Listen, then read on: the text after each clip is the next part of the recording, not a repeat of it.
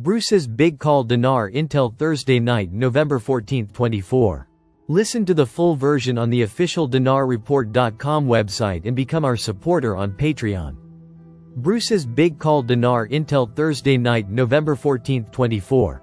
Transcribed by Wiser now emailed to recaps. Welcome everybody to the big call tonight. It is Thursday November 14th and you're listening to the big call. Thanks for tuning in everybody all over the blue marble of the planet. You flat landers, whatever that is, just hang in there. We believe that the globe is round.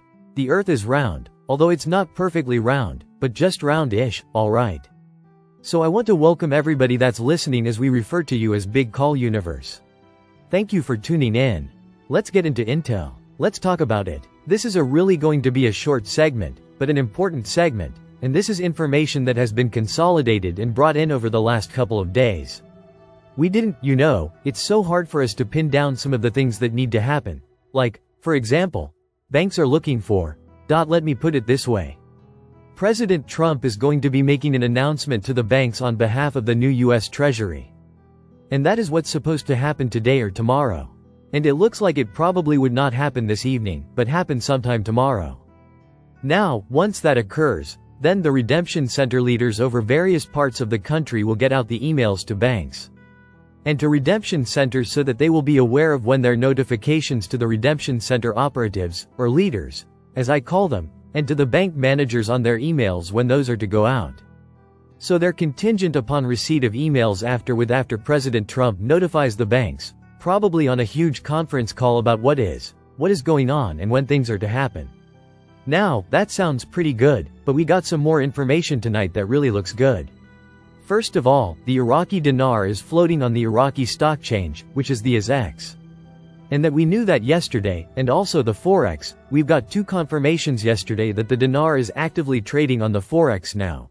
Rates on the Forex yesterday were what's called populating and elevating. That means they were blinking slowly, but they're also showing increases in value. That's what we want to see. Also, the redemption centers were not showing the currencies on the screens until today. We did see that they were up on the screens at the redemption centers today. So that's another good sign that we're moving in the right direction. So here's where we stand.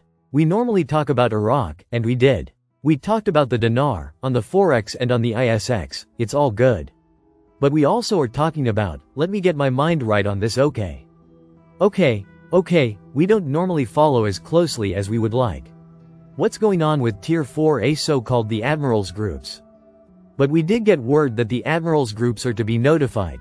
If you're in the Admirals group, pay attention to this. You're to be notified on Saturday.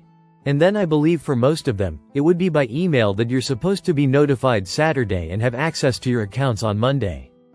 Now they've got the Tier 3 bondholders and Tier 4B the Internet group aligned to be pretty much on a true shotgun start. The Admirals group would go ahead of us by a day or so. In 4B and Tier 3 bondholders are to receive their notification by email, Monday morning before noon.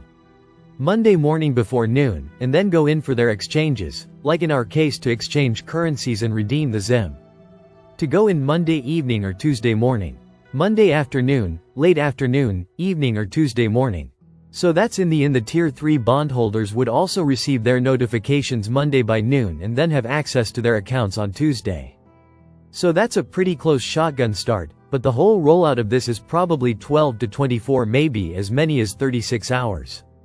Now, the other thing with bondholders is, we heard this either yesterday or the day before, that bondholders would be paid out over a 10-day period. So that is something that, because there are so many in there, I don't know why it would take that long, but it could take up to 10 days for all the bondholders to receive their funds. But everything is supposed to be triggered. That's the key word, triggered Saturday night, which is the 16th, am I right on the date? Yeah, 16th is Saturday, but it really shows up for us in the Internet group Monday morning by noon. It's when we're supposed to get our notifications, and then we get set our appointments and go in for exchanges, either Monday, afternoon, evening or Tuesday. So that's the latest intel, and everything's been crunched down and concentrated and brought into focus so that we can sort of plan the next several days ahead. We should have Christmas before Thanksgiving, in a sense. That's what somebody posted a while back. We've heard that. I think that's what's going to happen. So this is the intel that we had. Right now, we got what's going on with the dinar. We know that currently are flashing slowly and populating, between changing rates and elevating. Which means rates are going up. Obviously, if you're wise, you use the redemption center with the toll-free number that's going to be available on our website, and let's pray the call out. Listen to the full version on the official dinarreport.com website and become our supporter on Patreon. Source: Dinar Recaps.